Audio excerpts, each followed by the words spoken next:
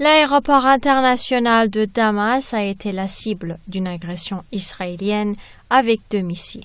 Pourquoi Israël a-t-il pris cette démarche? Se sent-il en danger? Il y a un enjeu qui est considérable, c'est que la Syrie est en train de recouvrer sa souveraineté territoriale, puisque l'État syrien légitime peu à peu reconquiert le terrain perdu au cours des dernières années face aux différentes factions extrémistes soutenues par les Occidentaux, Israël et les pétromonarchies.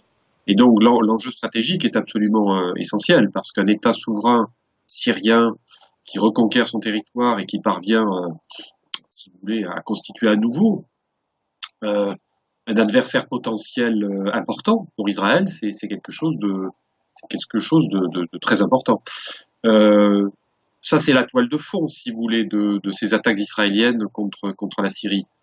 Sur le plan plus conjoncturel, depuis plusieurs semaines, les milices et autres factions extrémistes soutenues par les forces que j'ai indiquées sont quasiment dans une situation désespérée, puisque elles se débandent, elles se rendent ou elles combattent et puis finalement acceptent un compromis. On l'a bien vu durant les combats qui ont eu lieu à la fois dans la route orientale des derniers mois, puis dans le camp de Yarmouk, puis dans un certain nombre de localités qui ont été reprises par l'armée arabe syrienne. Et aujourd'hui, c'est le scénario qui est en train de se dessiner dans le sud de la Syrie, où les forces, estimées à une trentaine de milliers de combattants, extrêmement disparates et peu fiables, qui occupent cette portion du territoire syrien avec l'aide d'Israël, sont aujourd'hui menacées par une offensive d'envergure préparée par l'armée syrienne, qui aurait mobilisé 4 divisions, plus de 40 000 hommes, la division d'élite de la garde républicaine. Et donc, je dirais que les forces dites rebelles du sud de la Syrie, aujourd'hui, sont aux abois. Or, elles constituent, pour Israël,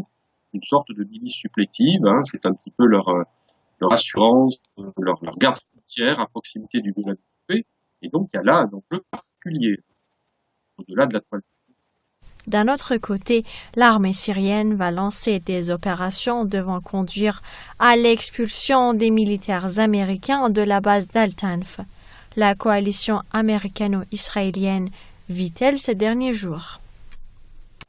Alors, je serai moins optimiste parce que la coalition israélo-américaine, elle est durable et elle continuera d'exercer des effets néfastes dans la région.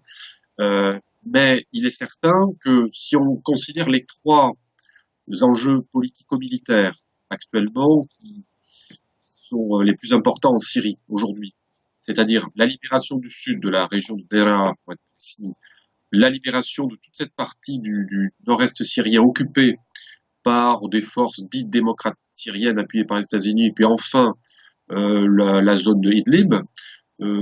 S'agissant des 2 premières en tout cas, je pense que les choses vont évoluer assez vite. Dans le sud, il y a cette offensive généralisée de l'armée syrienne en préparation, qui va porter ses fruits dans les semaines qui viennent, c'est probable.